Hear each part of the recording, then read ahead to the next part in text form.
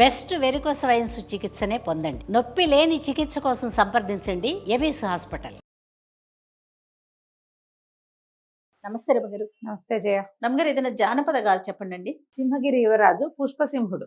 అతను ఒక తెల్లని గుర్రం ఎక్కి తిరిగేవాడు. ఒకసారి కొంత పరివారంతో వేటాడడానికి బయలుదేరాడు. చేసేవాళ్ళు రాజకుమారుడు యువరాజుగానే ఉన్నాడు. బయలుదేరి వెళ్ళారు. మధ్యలో ఈ అడవిలో తప్పిపోయాడు అతనితో వచ్చింది ఒక చిన్న గుంపు. ఆ గుంపు ఎక్కడో విడిచేసి ఒక లేడి కనపడితే ఆ లేడి వెనకాల పడి పరిగెత్తాడు.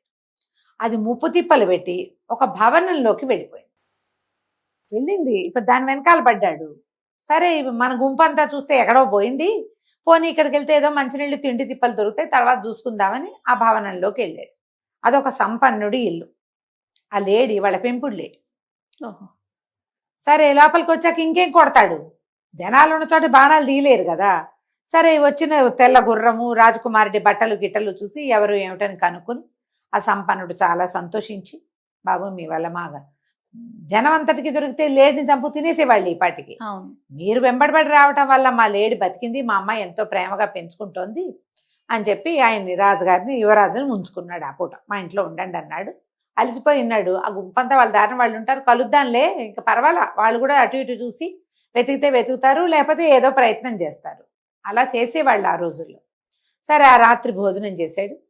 ఈయనకి చాలా నచ్చాడు యువరాజు. చక్కగా ఉన్నాడు, యంగ్, వివాహం కాలేదు. మర్నాడు పొద్దున తన కూతురుని చూపించాడు. ఆ కూతురు పేరు సుకన్య. పిల్ల అపరూప సౌందర్యవతి, వివాహిత కాదు. పిల్లని చూపించేసరికల్లా ఆయన ఈ అబ్బాయికి కొంచెం నచ్చినట్టు కనపడింది. మా అమ్మాయిని వివాహం చేసుకోండి అని అడిగేసరికల్లా పుష్పసింహుడు చాలా బాగా ఆలోచించి ఆ పిల్లని అడిగాడు, ఏదైనా సమస్య వస్తే నువ్వు మానవుని ప్రాణం కాపాడుకోగలవా, నువ్వు నీకు ఆ ధైర్యం ఉందా అన్నాడు. నన్ను నేను కాపాడుకోగలను అని చెప్పింది. ఆ మాట చాలు అనుకున్నాడు పుష్పసింహుడు. ఒక యువతి తన మాన ప్రాణాలు రక్షించుకోగలననే ధైర్యం ఉండాలి. నువ్వున్నావుగా, మా నాన్న ఉన్నాడుగా, మా అన్నయ్య ఉన్నాడుగా అంటల్లా అనకూడదు. దానికి నన్ను నేను రక్షించుకోగలను బై హుక్ ఆర్ క్రూక్, తెలివిగానో ఇంకోటిగానో సాహసంతోటో. సరే, ఇతను నచ్చింది, అలాగే పెళ్లి చేసుకుంటానన్నాడు. 3వ రోజున మంచి ముహూర్తం ఉందని రాజకుమారుడికి ఈ సంపన్న గృహస్థు కుమార్తె అయిన సుకన్యకి వివాహం అయిపోయింది. పుష్పసింహుడు వెడ్స్ సుకన్య పెళ్ళైపోయింది. పెళ్ళైపోతే 4 రోజులు 5 రోజులు అత్తవారింట్లో ఉన్నాక మళ్ళీ వస్తాము, సుకన్యని తీసుకెళ్ళి మా ఇంట్లో మా రాజ్యంలో చూపించాలని యువరాజు తాలూకు తెల్ల గుర్రమే ఎక్కి సుకన్య పుష్పసింహుడు ఇద్దరు బయలుదేరారు. వెళ్లే దారిలో అప్పటికి ఒక పూట గడిచింది, ఆకళ్ళు వేస్తున్నాయి. ఒక పెద్ద భవనం దగ్గర ఆగారు. ఆగితే రాజకుమారుడు అన్నాడు, కొత్త చోటు కదా, గుర్రం కూడా బెదురుతుంది, నువ్వు ఇక్కడే ఉండు, దీంతో పాటు నేను లోపలికి వెళ్ళి మన ఇద్దరికి ఆహారం ప్యాక్ చేయించుకొస్తానన్నాడు. రాజకుమారుడు లోపలికి వెళ్ళాడు, ఈ అమ్మాయి బయట నుంచి. అయితే ఆ భవనం వీళ్ళు కూడా కాస్త ఒక మాదిరి జమీందారులే. ఆ భవనం తాలూకు జమీందారుని పేరు పద్మావతి. ఆవిడ పై మేడ మీద కూర్చుని కిందకి చూస్తోంది. అక్కడ ఏంటంటే ఇట్లా అతిథి అభ్యాగతులు రోడ్డు మీద పోయే వాళ్ళు ఎవరైనా ఆహారం కోసం వస్తే కాదనే రోజులు కాదని ఆవిడ పైన కూర్చుంది. కింద ఎవరో ఉంటారు గుమస్తాలు, వాళ్ళు వీళ్ళు, దారిలో వెళ్తున్నాము, నేను ఫలానా యువరాజుని నాకు భోజనం అంటే కట్టిచ్చేస్తారు. ఆవిడ ప్రమేయం అక్కర్లా, అదొక సహజంగా జరిగిపోతుంది.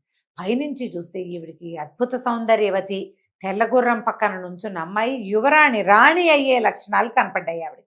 సాముద్రికం తెలుసు ఆ పద్మావతికి. ఈ పిల్ల ఎవరింట్లో ఉంటే వాళ్ళకి సిరెత్తుకుంటుంది, మహారాణి లక్షణాలు ఉన్నాయని ఏం చేసింది, చటుకుని ఒక దాసిని పిలిచి, వసే ఆ కింద నుంచిన అమ్మాయిని కేకేసుకురా, ఎవరితో వచ్చిందో ముందు చూడు అంటే, ఆ అమ్మాయి భర్తతో వచ్చిందండి అని చెప్పి. పెళ్ళైతే అయింది గడిది గుడ్డ అనుకుని ఈవిడేం చేసింది, మీ ఆయన స్పృహ తప్పి పడిపోయాడు, లోపలికి రమ్మని కేకేసుకురాను. ఈ అమ్మగారేమో బాల్కనీలో నిలబడింది, పని మనిషి వచ్చి చెప్పింది, మీ ఆయన లోపలికి వచ్చారు కదా, ఇప్పుడు ఆయన స్పృహ తప్పి పడిపోయాడమ్మా, అమ్మగారులు అమ్మంటున్నారంటే అనుమానపడలా. నుంచున్నవాడు పెద్ద మనిషిగా కనపడుతోంది. దాసి ఇది మామూలుగానే చెప్తోంది. ప్రయాణ పలసటికి ఏమైనా పడిపోయాడా భర్త, ఆయన బాగానే ఉన్నాడే అనుకుంటూ వాళ్ళ వెనకాల వెళ్ళింది. ఈ అమ్మాయి మెట్లెక్కి మేడెక్కింది, ఆయన వంటింటి హాల్లో నుంచి బయటకు వచ్చాడు. భర్త పుష్పసింహుడు వచ్చి చూస్తే వాకిట్లో గుర్రం కథం దొక్కుంటూ నుంచుంది, దాని పక్కన మనిషి లేరు. ఈయన గుర్రాన్ని సాంత్వనపరిచి చూశాడు, అటు ఇటు చూస్తే ఏది సుకన్య, పిలిచాడు పలకల. సుకన్య సుకన్య అని వెతుక్కుంటూ పోయాడు అతను.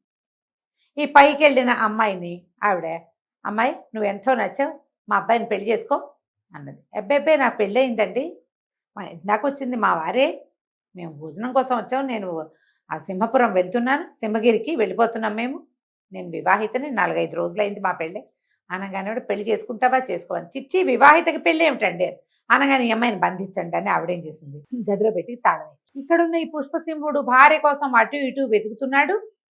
ఒక హైరాన్ వచ్చేసింది. ఆ అమ్మాయిని తీసుకొచ్చాడు వాళ్ళ ఇంటికి వెళ్ళి 5 రోజులు. ఇప్పుడు వెనక్కి వెళ్ళి వాళ్ళకి చెప్పాలా, ముందుకెళ్ళి ఇలా ఒక పెళ్ళాన్ని తీసుకొచ్చే దాన్ని రోడ్డు మీద వదిలేసంటే నాన్నేమంటాడు. ఒక హైరాన్ వచ్చేసి అతనికి ఆ అమ్మాయి కోసం అటు తిరిగి ఇటు తిరిగి ఆహారం తీసుకోక ఒక రకమైన చిత్తభ్రమకి లోనైపోయాడు. అతను మతిపోయింది, ఏం చేస్తున్నాడో తెలీదు. సుకన్య అంటాను తప్పిస్తే రెండోది లేదు, అలా అయిపోయాడు. ఈ అమ్మాయి 2 రోజులు గడిచింది. ఆవిడ చాలా బలవంత పెట్టేసి ఈ పెళ్ళి ఏమనుకుంది, ఈవిడ చంపేసేలా ఉంది, ఆ జైల్లో నుంచి పోనివ్వదు, బయటపడితే అత్తారింటి కాకపోతే పుట్టింటికైనా పోవచ్చు, ఇక్కడి నుంచి బయటికి వెళ్ళే మార్గం కనపట్టాల. బాగా ఆలోచించుకుని చేసుకుంటానులేండి, కాకపోతే పెళ్లి చేసుకుని వచ్చాను, బాగుండదండి, ఏదైనా ఒక చిన్న వ్రతం పట్టుకుంటాను, నా నోము అయ్యాక పెళ్లి చేసుకుంటాను, మీ అబ్బాయినే చేసుకుంటాను. సరే ఏం పడతావు నోము అంటే, ఒక వారం రోజుల పాటు నేను పూనిన వ్రతం ఏమిటంటే, ఎవరు వచ్చినా సరే ఈ బిల్డింగ్లోకి వాళ్ళకి భోజనం నేనే పెట్టాలి, అది నా వ్రతం, అన్నం పెట్టడమేగా. సరేనంది. ఈ అమ్మాయి ఏమనుకుంది, సుకన్య రాణిగారు జమీందారిని పద్మావతి ఏమో ఒప్పుకుంది, సుకన్య ప్లాన్ ఏంటి, వారం రోజులు భర్త ఇక్కడిక్కడే గ్యారంటీగా తిరుగుతాడు, నా కోసం వెతుకుతాడు, ఏదో ఒక్క పూటైనా తిండికి లోపలికి వస్తాడేమో, అప్పుడు దొరకచ్చని ఉత్తరం రాసి పెట్టుకుంది. ఇక వారం రోజులు రోజు వచ్చిన వాళ్ళందరికీ తిండి పెట్టేది, ఎవరు రాల. 6 రోజులు గడిచిపోయినా 7వ రోజు పొద్దున ఇతను వచ్చాడు కానీ స్థిమితం లేక అతను ఈ భార్యని గుర్తుపట్టాడు. ఈ అమ్మాయి గుర్తుపట్టేసింది, అమ్మాయి స్థిమితంగా ఉందిగా, భర్తను గుర్తుపట్టింది. ఏం చేసింది, ఆయనకు భోజనం ఇస్తూ ఉత్తరం చేతిలో పెట్టి తనకి ఇచ్చిన భోజనాన్ని తినేసి ఆ ఉత్తరం అక్కడే పడేసి వెళ్ళిపోయాడు పుష్పసింహం. ఆ పూట భోజనాలకు వచ్చిన వాళ్ళలో ఒక దొంగవాడు ఒకడు వచ్చాడు. ఏముంది, ఫ్రీ భోజనం. కాగితం తీసి చూశాడు, ఏమనుంది, ఈ ఇంట్లో నుంచి తప్పించుకోవాలి, రాత్రి వాకిలి వెనక వాకిలి వైపుకి రండి, మన ఇద్దరం వెళ్ళిపోదాము అని రాసింది. ఆ ఉత్తరం ఆ అమ్మాయి ఈ అబ్బాయికి ఇవ్వటం చూశాడు వాడు, అంటే వచ్చేది ఆ పిల్లే. చూస్తే మహారాణి లక్షణాలు చక్కగా ఉంది, నగా నట్రా వేసుకుని ఉంది, అంత అందగతే ఎవడికొద్దు. సరే వీడేం చేశాడు, ఉత్తరం జేబులో పెట్టుకున్నాడు. పుష్పసింహుడు తినేసి వాడి దారిని వాడు వెళ్ళిపోయాడు. రాజకుమారుడు తెలీదు అతనికి పాపం. ఈ రాత్రి అయ్యేసరికి రాత్రి 12 గంటలకి పెరటి వాకిలి దగ్గర ముసుగేసుకుని వచ్చి నుంచున్నాడు. ఈ అమ్మాయి రాత్రి వేచి ఉంది అక్కడ, ఒకవేళ ఆ ఉత్తరం తీసుకున్నాడుగా వస్తాడని. ఉండేసరికల్లా ఆ అబ్బాయి కనబడి తెల్లబోయింది, తన భర్త కాదు, అతను మంచి పొడుగాటివాడు, వీడంత పొడుగు కాదు. అమ్మా నువ్వేం భయపడకు, ఒక ముసలి వేషం వేసుకొచ్చాడు అతను, ఏం భయపడదు, నీ భర్త రాడు, అతను కాగితం అక్కడే వదిలిపెట్టి వెళ్ళిపోయాడు, నువ్వు నాతో వచ్చేయి, ఊరి చివర గుడిసెలో మా ఆవిడ నేను ఉంటాం, నేను వృద్ధుడిని, మా ఆవిడ కడు వృద్ధురాలు, మాతో ఉంది కానీ తర్వాత మార్గం ఆలోచించుకుందు కానీ నువ్వు ఇంట్లో నుంచి తప్పించుకోవాలి కదా అన్నాడు. అమ్మాయికి భయం వేసింది, ఏమిటిది, నేను దొంగ విడిచి దూలం ఎత్తుకుంటున్నానా, వీళ్ళింటి నుంచి తప్పించుకుని వీడావిడింటికి వెళ్తే అక్కడేమొస్తుందో, కానీ ముందు ఇక్కడి నుంచి వెళ్ళిపోవాలి, తర్వాత సంగతి తర్వాత చూద్దామని రాత్రి అతనితో పాటు బయటకు వచ్చేసి పద్మావతి గారు ఏం వెతుక్కుందో ఏం చేసుకుందో తెలియదు. ఈ ఊరి చివరికి తీసుకొచ్చాక ఆ అమ్మాయి అతనికి ఆస్తవాడు ఈ అమ్మాయి మీద పడి బలవంతం చేయబోయాడు. ఈ పిల్ల ఏం చేసింది, వచ్చేటప్పుడే కొంచెం తెలివిగలదు కదా, ఒక కైజారు ఒడ్డును పెట్టుకుని తెచ్చుకుంది, బట్టలేం లేవు, ఎలా ఉన్నది అలాగే ముసుగేసుకుని కిందకు వచ్చేసింది. మేలు ముసుగు ఒకటి తెచ్చుకుంది అంతే.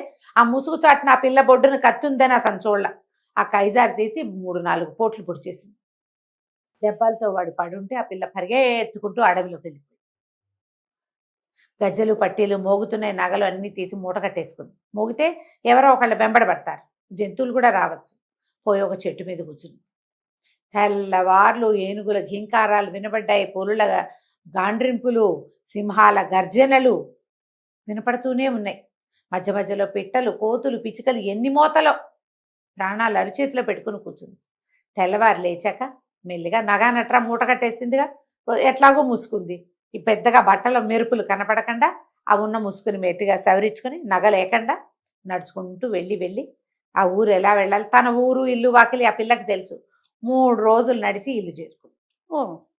ఇల్లు విడిచి 10 రోజులైతే కూతురు అత్తవారింటి నుంచి మంది మార్బలం రథాలు వేసుకుని వస్తారనుకుంటే కాళ్ళు ఈడ్చుకుంటూ బట్టలు మాసిపోయి ఆకలికి నకనకలాడుతున్న మొహంతో పిల్ల వచ్చేసరికి ఆవురు మనిపోయారు ఇంట్లో ఇంటిల్లిపాది.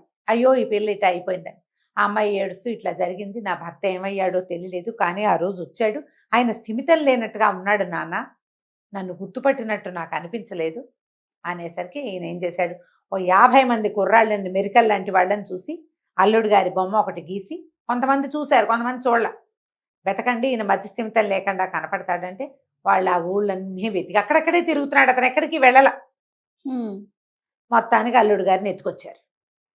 ఇంటికి వచ్చాక ఏదో కొద్దిగా మందు వైద్యం చేయించి ఈ అమ్మాయి వారం రోజులు బాగా సపర్యలు చేశాక అతను మెల్లిగా కోలుకున్నాడు. భార్యను గుర్తుపట్టాడు. ఏదో జరిగింది, ఏం జరిగిందో జ్ఞాపకం లేదు, కానీ ఏదో జరిగింది. అతను ఏం తిన్నాడో, ఏం తిని అతనికి ఆ సమస్య వచ్చిందో. సరే 10 రోజులు 15 రోజులు గడిచాక సర్దుకున్నాడు. ఈ లోపల ఏమైంది, సింహగిరి రాజు తన కొడుకు వేటకెళ్ళినాడే మాయమైపోయాడు, మళ్ళీ రాలేదు, సైనికులకి చిక్కలేదు, పెళ్ళైంది, పేరెంటమైంది, వాళ్ళకేం తెలుసు, వాళ్ళకేం తెలియదుగా. పిల్లాడి మీద ఆశలు వదిలేసుకున్నారు. ఈ 15-20 రోజుల తర్వాత ఈ సంపన్న గృహస్థు గారు ఈ సుకన్య వాళ్ళ తండ్రి శుభ్రంగా బండి కట్టించి రాజుగారి గుర్రానికి, యువరాజు గుర్రానికేమో ఒక రౌతుని అరేంజ్ చేసి గుర్రంతో సహా వీళ్ళని బండి ఎక్కించి పంపించి, ఇంకోసారి ప్రమాదం ఎదురవ్వకుండా. అంతకుముందు అబ్బాయి అసహాయ సూర్యుడని పంపిస్తే ఇలా అయింది. ఇంటికి వెళ్ళేసరికల్లా పుష్పగిరి వాళ్ళు సింహగిరి రాజు ఆశ్చర్యపోయాడు. చక్కటి చుక్కని వెంబడి పెట్టుకుని వచ్చిన రాకుమారుడిని చూసి ఊరంతా సంతోషించారు. ఆయన మళ్ళీ అంగరంగ వైభవంగా పెళ్లి విందులు చేశాడు. ఈ సంపన్న గృహస్థుని పిలుచుకున్నాడు. అందరూ సంతోషంగా ఉన్నారు. అదే ఈ యువరాజు తండ్రికి చెప్పాడనమాట, మానం ప్రాణం రక్షించుకోగలవా అని అడిగాను, రక్షించుకుని చూపించింది సుకన్య, తనతో పాటు నన్ను కూడా రక్షించింది. ఈ సింహగిరికి ఇంతకంటే గొప్ప మహారాణిని నేను తేలేను, వీళ్ళు రాజులు కాదన్న ఒక అనుమానం మాత్రం మీరు పడద్దు, సంపన్నులే వీళ్ళు. ఈ అమ్మాయికి ఆ సాహసం ఉంది, రాణికి కావాల్సిన సాహసం అదే. దేన్నైనా ఒకదాన్ని లీడ్ చేయాలంటే సాహసం కావాలి. ఇప్పుడు రాజ్యాలు లేవు, మన ఇళ్ళు మన వాకిళ్ళే, దీనికి కూడా సాహసం కావాలి కదా. బేజారుగా అయిపోయి నన్ను ఎవరు రక్షిస్తారా అని చూసి డిపెండెంట్గా ఉండకుండా ఇండిపెండెంట్గా ఉండే వాళ్ళే గృహరాజ్యాలను కూడా ఏలగలుగుతారు మహారాణుల్లాగా. ఆ అమ్మాయిని చక్కగా ఉంచుకున్నారు. ఆ తర్వాత ఈ సింహగిరి రాజ్యానికి ఆమె రాణి అయ్యింది. కథ కంచికి మనం. రైట్. నమస్తే. నమస్తే జీ.